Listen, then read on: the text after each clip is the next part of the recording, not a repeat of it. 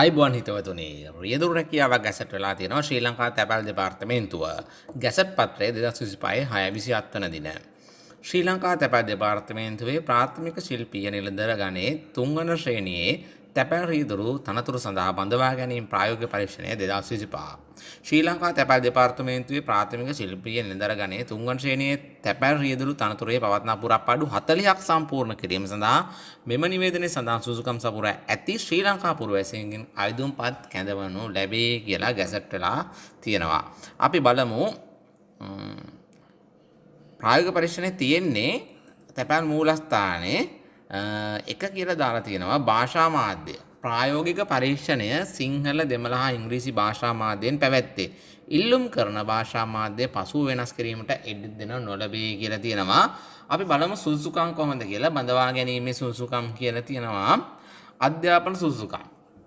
අධ්‍යාපන පොදු සහතික පත්‍ර සාමාන්‍ය පෙළ විභාගයේදී දෙවරකට නොවැඩි වාර ගණනකදී යටත් පිරිසෙහි සම්මාන දෙකක් සහිත විෂයන් 6ක් සමත් වී තියෙනවා. අවසන් සුසුකම අධ්‍යාපන සුසුකම තමයි 6.2. ඊට පස්සේ වෘත්තීය සුසුකම් කියලා තියෙනවා.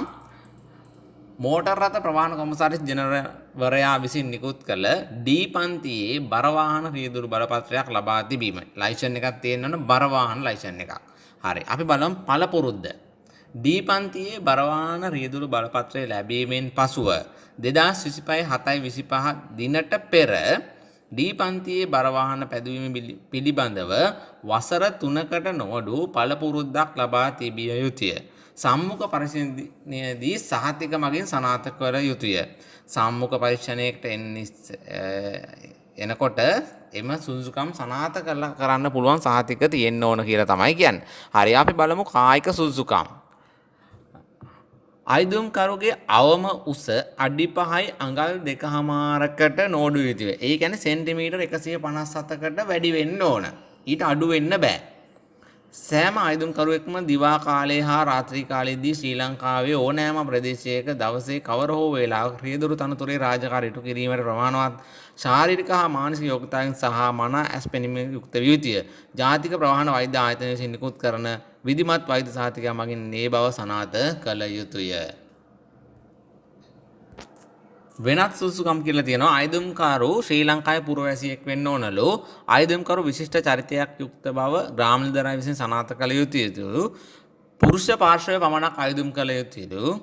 තනතුරට බඳවා ගැනීම සඳහා වන ප්‍රායෝගික පරීක්ෂණයට පෙනී සිටීම සඳහා අවශ්‍ය සුසුකම් සපුරා ඇති ලෙස පිළිගනු ලබන්නේ අයිදුම්කරු මෙම නිවේදනයේ 2 හා 3 ඡේදයන්හි සඳහන් සුසුකම් අයිදුම්පත් කැඳවන අවසන් දිනය වන 2025 7/25 වන දිනට සෑම ආකාරයෙන් සම්පූර්ණ කර තිබේ නම් පමණි.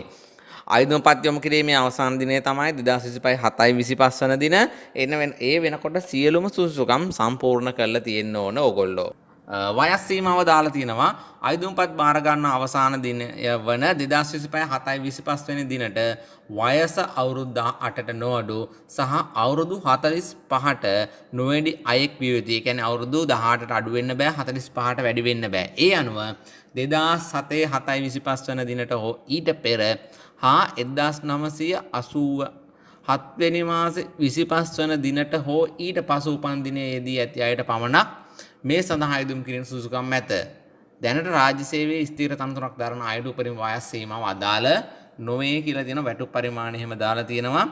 ඕගොල්ලෝ ඒවා ගැසට් පත්‍රයේ කියවන්න. මම ගැසට් පත්‍රය ආයේ කියනවා 2025 6/27 ඔය ගැසට් පත්‍රයේ ගැසට් අවසාන දිනය තමයි අයදුම්පත් යොමු කිරීමට 2025 7/25 වන දින. ප්‍රායෝගික පරීක්ෂණයට එනේව දීලා තියෙනවා.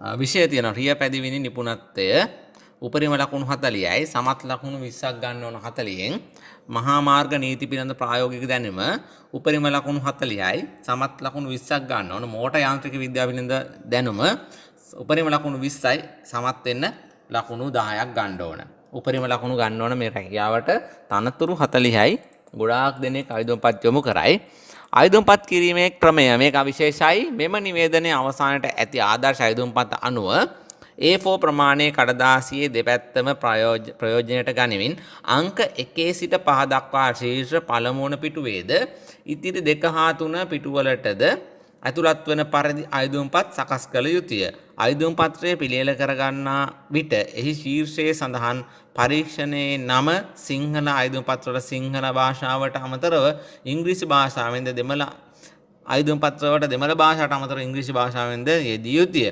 අයිදුම්පත් තැපැල් දෙපාර්තමේන්තුවේ නිල වෙබ් අඩවිය වන www.slpost.gov.lk මගින් ලබා ගත හැකිය.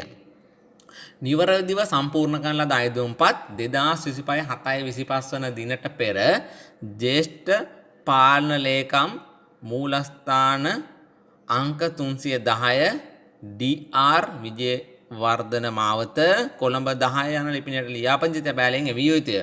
අයදුම්පත් බහා එවනු ලබන කවරේ වම්පස ඉහළ කෙළවරේ තැපැල් දෙපාර්තමේන්තුවේ ප්‍රාථමික ශිල්පීය නිලධර ගණයේ 3 වන ශ්‍රේණියට තැපැල් රියදුරු විවෘත තනතුර සඳහා බඳවා ගැනීමේ ප්‍රායෝගික පරීක්ෂණ 2025 යන්න සඳහන් කළ යුතුය. අයිදුම් පත්‍රයේ ඡායා පිටපතක් ළඟ තබා ගැනීම ප්‍රයෝජනවත් වනු ඇත.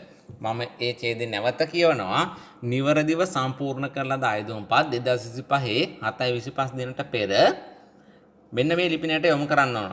ජ්‍යෙෂ්ඨ පාලන ලේකම් වරහන් ඇතුලේ මූලස්ථානය ආයි වරහන් වලින් පිට අංක 310 කමාවක් යටුලට අරගෙන DR විජේවර්ධන මාවත කමාවක් යටුලට අරගෙන කොළඹ 10 යන ලිපිනයට ලියාපදිංචි තැපෑලෙන් එවිය යුතුලු.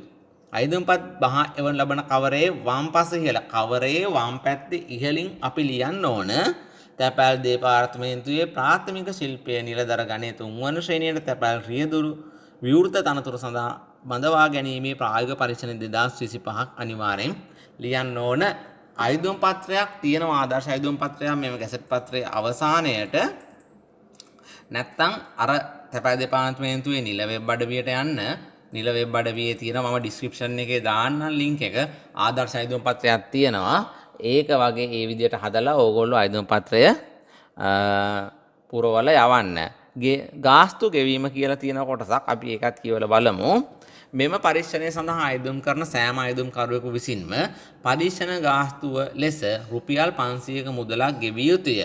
එම ගාස්තුව අයදුම්පත් බාර ගන්නා අවසන් දිනට පෙර තැපැල්පති ආදායම් ශීර්ෂ 2001 ඉරක් 0.2 ඉරක් 0.0ට බැරවන ලෙස දිවයිනේ පිහිටි ඕනෑම තැපැල් උපතැපැල් කාර්යාලයකට ගෙවා ලබා ගන්නා ලදුපත අයදුම්පතේ නියමිත ස්ථානයේ නොගැලවෙනසේ එහි එක් ධාරයකින් ඇලවිය යුතුය. පරීක්ෂණය සඳහා ගාස්තුව ගෙවන ලද අයදුම්පත අයදුම්කරුගේ නමින්ම නිකුත් කර තිබිය යුතුය. කුවිතංශී ඡායා පිටපත ළඟ තබා ගැනීම ප්‍රයෝජනවත් වනු ඇත.